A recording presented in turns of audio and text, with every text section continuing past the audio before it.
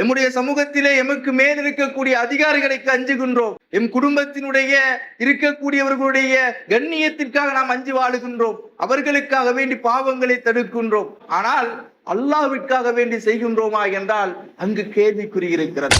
அல்லாஹு ஜல்ல சுப்ஹானஹு வ தஆலா தன்னுடைய திருமறையிலே சூரா ஆல இம்ரானினுடைய 102வது வசனத்திலே சொல்லுகின்ற பொழுது, யா அய்யுஹல்லதீன ஆமனு தக்குல்லாஹ ஹக்க துகாத்திஹி வலா தமூதுன்ன இல்லா வ அன்தும் முஸ்லிமூன். நம்பிக்கை கொண்டவர்களே, நீங்கள் அல்லாஹ்வினை அஞ்சிக் கொள்ளுங்கள். ஹக்க துகாத்திஹி, அல்லாஹ்வை நீங்கள் அஞ்ச வேண்டிய விதத்திலே நீங்கள் அல்லாஹ்வை அஞ்சிக் கொள்ளுங்கள்.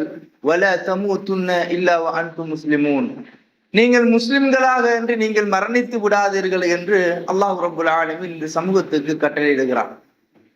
அன்புக்குரிய இஸ்லாமிய சகோதரர்களே, இன்றைக்கு அல்லாஹ்வை அஞ்சுகின்ற விடயத்திலே எமக்குள் மிகவும் பலவீனமான ஒரு நிலை ஏற்பட்டிருக்கிறது.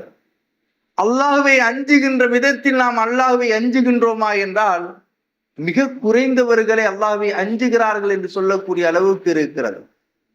அல்லாஹ்வை அஞ்சுகின்ற அந்த தக்வா இன்றைக்கு எம்முடைய சமூகத்திலே எம்முடைய உள்ளங்களில் இருந்தும் அகற்றப்பட்டதன் விளைவுதான் எம்முடைய சமூகத்திலே பாவங்கள், அநியாயங்கள், அக்கிரமங்கள் எல்லாம் நிறைந்து ஒரு மோசமான ஒரு சமூகமாக எம்முடைய சமூகம் மாறியிருக்கிறது. அல்லாஹ்வை பயப்பட வேண்டிய சமூகம் நாம்.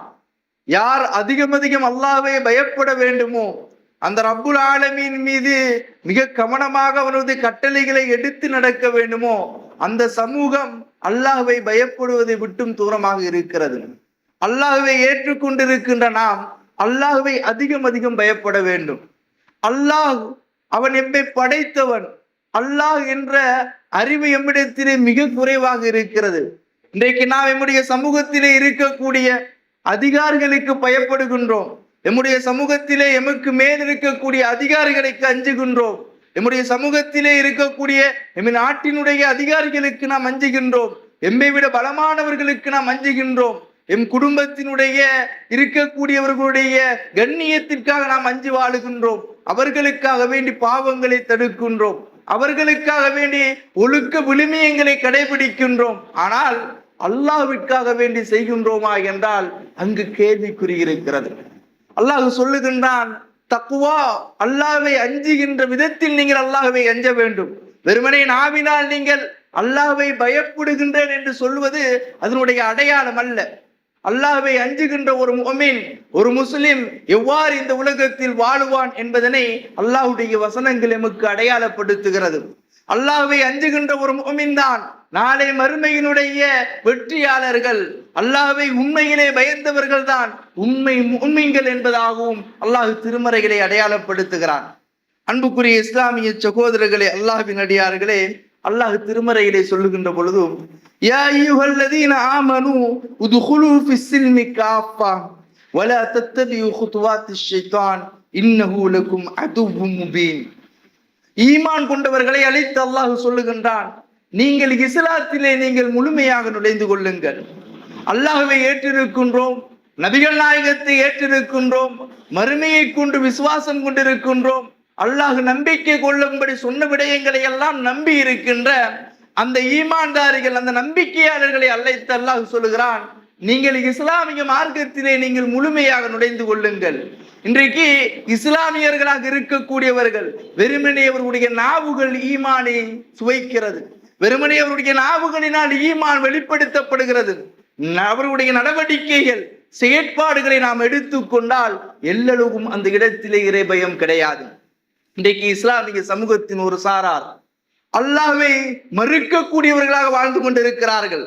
மார்க்கத்துக்கு அப்பால், இஸ்லாத்தினுடைய போதனைகளுக்கு அப்பால் மன்னரைகளை தரிசிக்க கூடியவர்களாக, மரணித்தவர்களிடத்திலே உதவி செய்யக்கூடியவர்களாக இணை வைப்பை நோக்கி ஒரு சாரார் சென்று கொண்டிருக்கிறார்கள். ஒரு சாரார் இஸ்லாத்தை புறக்கணித்து வாழ்ந்து கொண்டிருக்கிறார்கள். எதற்காக நபிகள் நாயகம் ஸல்லல்லாஹு அலைஹி வஸல்லம் அவர்கள் அனுப்பப்பட்டார்களோ, எதற்காக நபிகள் நாயகத்தை அல்லாஹ் இறை தூதராக அனுப்பி இந்த உலகத்தாருக்கு அந்த நபியினூடாக எதனை போதித்தானோ அந்த போதனைகளை புறக்கணிக்கின்ற முஸ்லிம்களாக வாழ்ந்து கொண்டிருக்கிறார்கள்.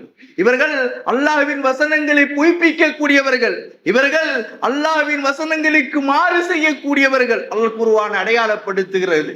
இன்றைக்கு ஒரு சாரார் சுயநலத்துக்காக வாழ்ந்து கொண்டிருக்கிறார்கள். அன்புக்குரிய இஸ்லாமிய சகோதரர்களே, இந்த எல்லா பிரிவுகளினுடைய மூலகர்த்தாவாக இருப்பது ஒவ்வொரு மனிதனுடைய கல்வியில் இருக்கக்கூடிய அந்த பயம்.